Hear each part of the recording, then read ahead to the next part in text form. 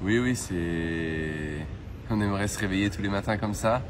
Je crois que le sentiment aussi d'avoir fait le job, parce que on travaille souvent beaucoup, mais dans le football, c'est rare les moments de réussite et de joie, donc on profite. On a profité un petit peu hier soir et on profite encore ce matin d'être ensemble quelques minutes, parce que ça c'est aussi la vie de la sélection. À peine on a fêté et eu toute cette joie qu'on doit se séparer un petit peu aux quatre coins de la planète, mais ainsi va la vie du foot. On se retrouvera avec grand plaisir dans quelques mois. Bon, ce rassemblement prend fin et bien évidemment tout le monde va retrouver ses activités respectives et on peut avoir une idée sur les déplacements. Mais là on a des joueuses qui rejoignent les États-Unis, qui vont partir très bientôt déjà.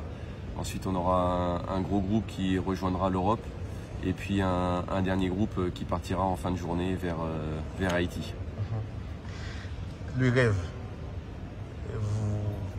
est-ce que vous finissez de rêver là, des rêves prend fin et on est dans la réalité? Non, je pense qu'on va rêver encore un petit peu de temps. On peut nous le laisser et puis on va se l'autoriser, parce que c'est un doux rêve.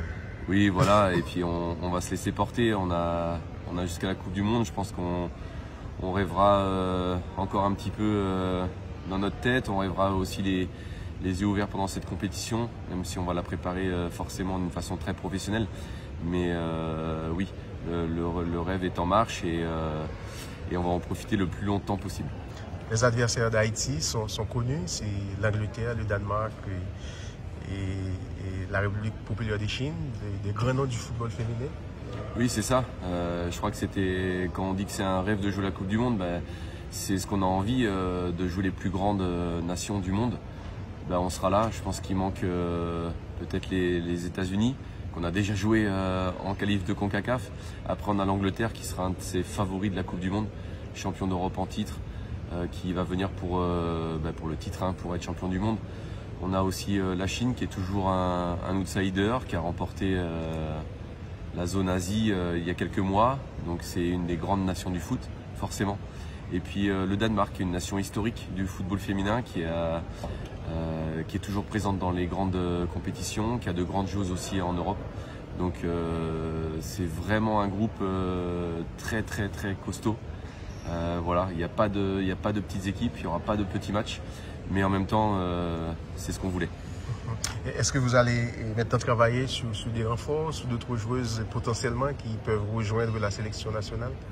Non, je crois que là, on a déjà fait des revues d'effectifs. Le temps maintenant, il est à la préparation.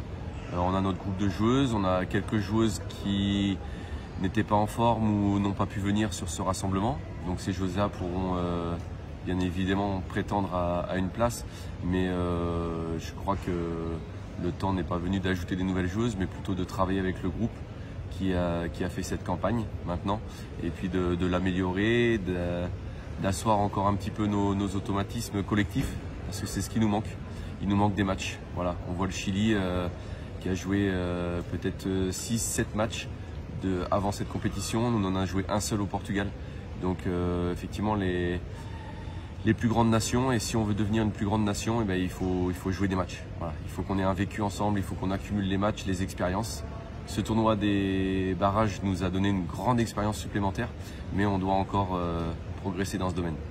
Regardez votre équipe évoluer avec des changements, surtout au niveau de la ligne défensive, de Ketna qui change de position, Tabitha qui arrive à la défense centrale, Bettina qui passe à droite. C'est une véritable révolution quand même. Oui, de l'extérieur, ça peut paraître une révolution. De l'intérieur, pas trop, puisque on a beaucoup discuté avec les joueuses après le stage du mois de novembre, avec elles aussi dès l'arrivée à ce stage. Et on s'était dit qu'il fallait utiliser les joueuses au plus proche de ce qu'elles font en club, pas toujours au même poste, mais au plus proche. Voilà, on n'a que Ketna qui est utilisée sur un poste offensif dans son club, mais qui a tellement rendu service pour l'équipe et pour le pays à ce poste de défenseur que voilà, c'était un deal aussi avec elle de se sacrifier pour son pays et pour l'équipe. Après, Tabitha et Bettina sont sur ces postes en club ou tout proche de ces postes, donc c'était le choix qu'on avait fait. Merci beaucoup coach et bon voyage, bon retour à vos activités en France. Oui, merci. Ben, on a déjà la tête un petit peu au mondial, donc voilà, vous pouvez être sûr que peut-être pas dès demain parce qu'on va se laisser un petit peu de temps, mais dès la semaine prochaine, on sera déjà un petit peu la tête au mondial. Merci beaucoup.